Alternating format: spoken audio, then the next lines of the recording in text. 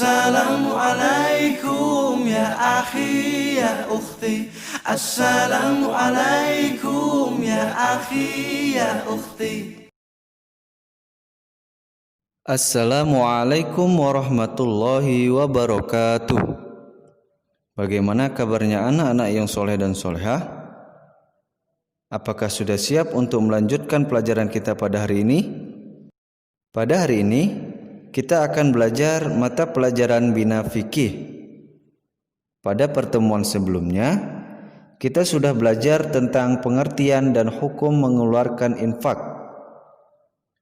Lalu pada hari ini kita akan membahas bagaimana cara untuk mengeluarkan infak.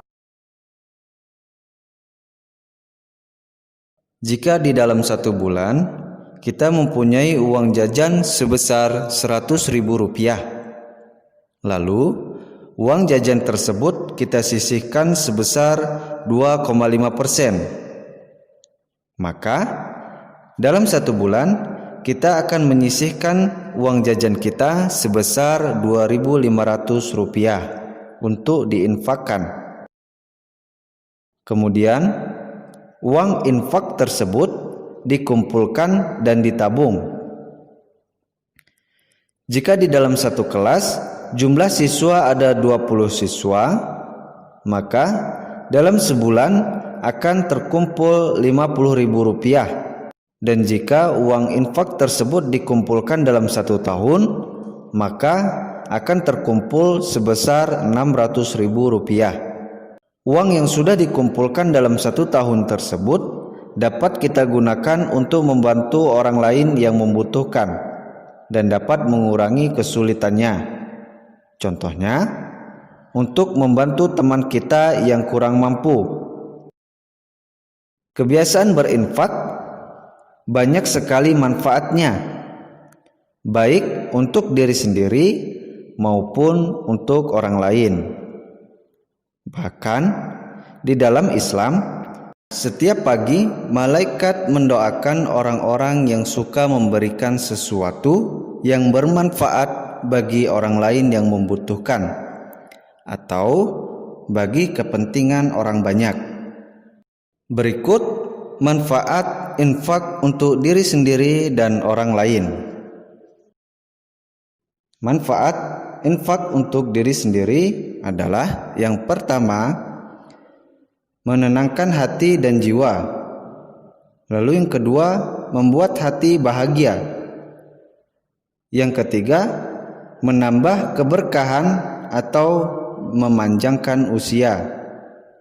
Yang keempat, menambahkan keimanan dan mendekatkan diri kepada Allah Subhanahu wa Ta'ala. Yang kelima, kepuasan batin. Yang keenam, sebagai bekal di akhirat. Yang ketujuh, menambah keberkahan rezeki. Lalu, manfaat infak untuk orang lain adalah yang pertama, memperkokoh persaudaraan sesama muslim. Yang kedua, meningkatkan syiar Islam. Yang ketiga, mengurangi kecemburuan sosial dan jurang pemisah antara orang kaya dan orang miskin. Yang keempat, terwujudnya masyarakat yang peduli dan berjiwa sosial tinggi. Dan yang kelima adalah terwujudnya sarana ibadah dan tempat ibadah agama bagi umat Islam. Itulah tadi cara untuk mengeluarkan infak dan juga manfaat dari mengeluarkan infak.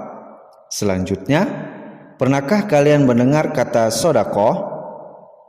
Dan tahukah kalian apa bedanya antara sodakoh dan infak?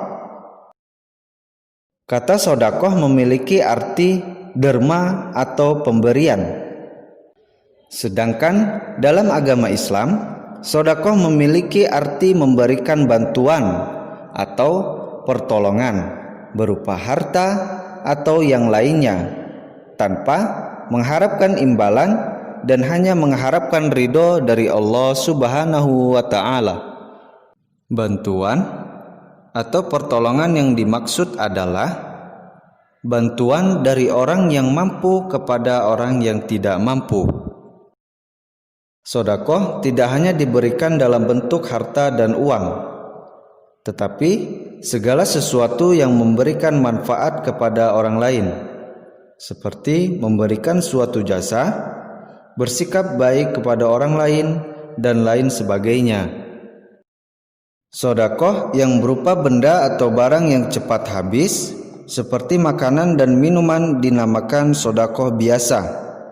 Sedangkan sedekah yang berupa harta atau benda yang bertahan lama dan selalu memberikan manfaat dinamakan sedekah jariyah. Sedekah jariyah yakni sedekah yang pahalanya dan kebaikannya tidak putus-putus selama harta atau benda yang disedekahkan masih dimanfaatkan. Kemudian, seperti yang sudah kita bahas tadi, apakah infak dan sedekah memiliki perbedaan? Pada hakikatnya, infak dan sedekah adalah sama-sama memberikan manfaat untuk orang lain. Akan tetapi, jika dilihat dari maknanya, infak dan sedekah memiliki perbedaan sebagai berikut. Yang pertama, sedekah lebih umum dan lebih luas sasarannya. Yang kedua, harta atau benda yang disedekahkan bisa apa saja, asalkan bermanfaat bagi orang lain. Yang ketiga, infak lebih khusus, yakni memberi atau mengeluarkan harta untuk kepentingan di jalan Allah. Demikianlah pembelajaran kita pada hari ini. Semoga apa yang telah kita pelajari pada hari ini dapat menambah pengetahuan kita. Selanjutnya, untuk tugas, silakan kerjakan tugas yang telah disiapkan.